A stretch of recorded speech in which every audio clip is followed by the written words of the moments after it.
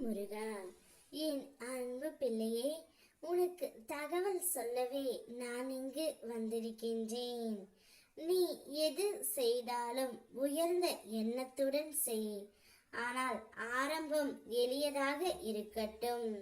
மலையின் மேல் ஏறுவதும் முதல் அடியில்தான் தொடங்குகின்றது. வெற்றியை அடைந்தால் அது உனக்கு மகிழ்ச்சி. தோல்வி வந்தால் அது உனக்கு பாடமாகட்டும். தொடர்ந்து முயற்சி செய்தே கொண்டே இரு. உன் வெற்றி உன்னை நோக்கி வந்து கொண்டே இருக்கின்றது. சில உறவுகளுக்காக நீ எவ்வளவு போராடினாய், தியாகம் செய்தாய். ஆனால் இப்போது அவர்கள் நினைவில் கூட நீ இல்லை. ஆனால் இன்னும் உன்னோடு இருப்பவர்களை மதித்து அவர்களோடு மகிழ்ச்சியாக இரு. வாழ்க்கையின் பல கவலைகள் அர்த்தமற்றவை என்பதை நீ உணர்ந்து உள்ளாய். கிடைக்கும் நேரத்தில் வாழ்க்கையை கொண்டாடு. அதை விட்டு கவலைகளை பிடித்து கொண்டு மகிழ்ச்சியை இழக்காதே. உற்சாகமாக இரு. புதிய மகிழ்ச்சியை உருவாக்கு. உன் மனதில் இறுக்கங்களை நான் தளர்த்துகின்றேன். சுற்றி எப்போதும் என் அருள் இருக்கும். மழை, காற்று, புயல் வந்தாலும் அசையாத மரம் போல் இரு. உன் புண்ணிய கணக்கு எப்போதும் உன்னை காப்பாற்றும்.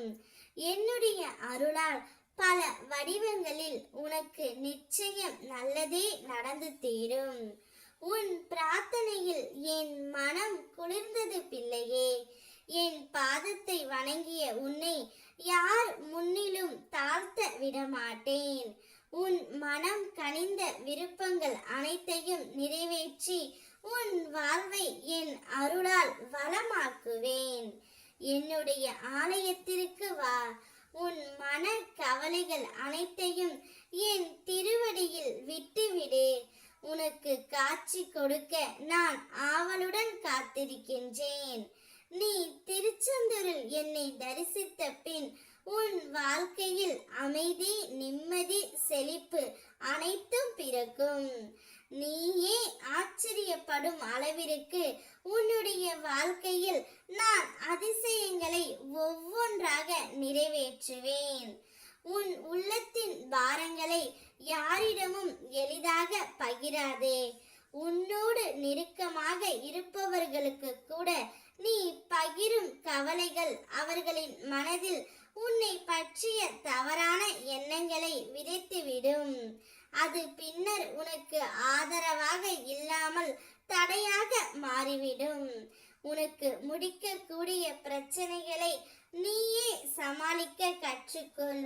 அதுவே உன் மன உறுதியையும் வாழ்க்கையின் நல்ல மாற்றங்களையும் அதிகரிக்கும்.